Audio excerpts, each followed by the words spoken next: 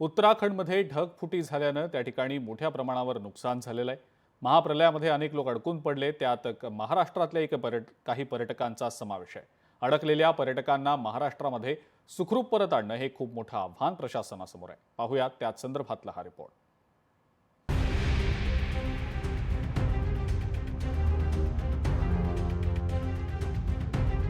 महाराष्ट्रातील अनेक जण उत्तराखंडला पर्यटनासाठी जात असतात, मात्र सध्या उत्तराखंडमध्ये महाप्रलयाने हाहाकार माजवलाय। महाराष्ट्रातील पर्यटक देखील तिथे अडकले असून अनेक पर्यटकांचा संपर्क होत नाहीये, तर अनेक जण बेपत्ता आहेत। तर जळगाव जिल्ह्यातील देखील 19 पर्यटक उत्तराखंडमध्ये अडकले।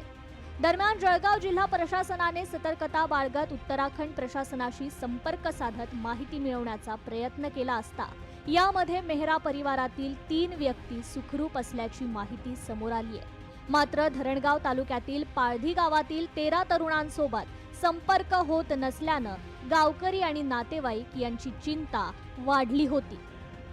फक्त आमचं हे म्हणणं आहे, जसे गेले तसे आमचे मुलं घरी सुखरूप येऊ आणि आता जिथे असतील तिथे आमचं बोलणं त्यांच्याशी व्हायला पाहिजे, आमची हीच समाधानी। आणि आमच्या दादांनी आमच्यासाठी खूप प्रयत्न केले, आम्ही दादाच्या भरोश्यात आहे, दादा जे करतील ते दादाच करतील। आता सुरक्षित आहे असं वाटतंय, बरं वाटतंय, असं वाटतंय का बाबा आला, दिवसा लागला, नाही तर असं वाटत नाही होतं का बाबा येत नाही होते पुढे काय असं वाटत होतं। मंत्री गुलाबराव पाटील यांनी उत्तराखंडमधील प्रशासनाशी सातत्यानं संपर्क साधत जळगावच्या पर्यटकांचा आढावा घेत राहिले। यावेळी धरणगाव येथील कैलास चौधरी यांच्या मोबाईलवर त्यांचा सैन्य दलात असलेला मुलगा विकास चौधरी यांचा कॉल आला आणि आपल्या गावातील चेतन चौधरी सैन्य दलाच्या कॅम्पमध्ये सुरक्षित असल्याची माहिती दिली। त्यामुळे गावकऱ्यांचा जीव भांड्यात पडला। सकाळी 8 वाजेपर्यंत आम्हाला फोन आला ड्रायव्हरचा का बुवा आम्ही सुखरूप आहोत, 2 दिवसानं रस्ता चालू होईल असं कळवलं त्यांनी। नेमकं हेच बोलणं झालं तर आम्ही सुखरूप आहोत 15चे 15 जण ते येतील बुवा ते आम्ही 2 दिवसानंतर। आणि आमदार गुलाबरावजी पाटील यांनी फार आम्हाला मदत केली, त्यांचे आम्ही आभार मानतो। फोन यायला पाहिजे, आमच्याशी बोलायला पाहिजे। आता निरोप आलाय मात्र ते सुरक्षित आहेत असं? हो, निरोप आलाय, पण ते आज आम्हाला दिवसा भेटला थोडंसं, पण संध्याकाळपर्यंत आम्हाला मोबाईल बोलायला पाहिजे। चिंता दूर झाली का? ड्रायव्हरचा कॉल आलाय ना, चिंता दूर झाली थोडंसं। आम्ही रुपये म्हणे आम्ही 2 दिवसांनी येऊ घरी परत। उत्तराखंडमध्ये जळगाव जिल्ह्यातील 19 पर्यटक अडकल्यानं पालकमंत्री गुलाबराव पाटील उत्तराखंडकडे रवाना झाले।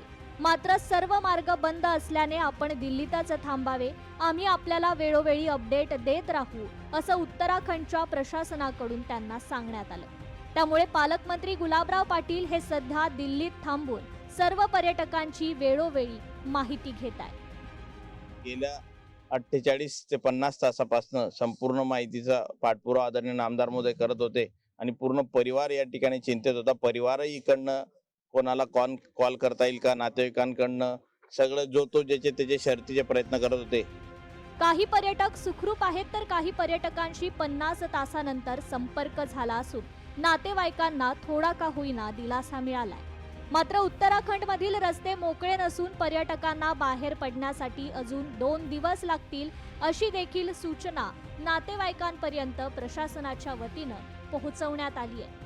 त्यामुळे आता प्रशासन अडकलेल्या या पर्यटकांना कशा पद्धतीनं मदत करतं हे पाहणं आता महत्त्वाचं ठरणार आहे। सुमित देशमुख, लोकशाही मराठी, जळगाव।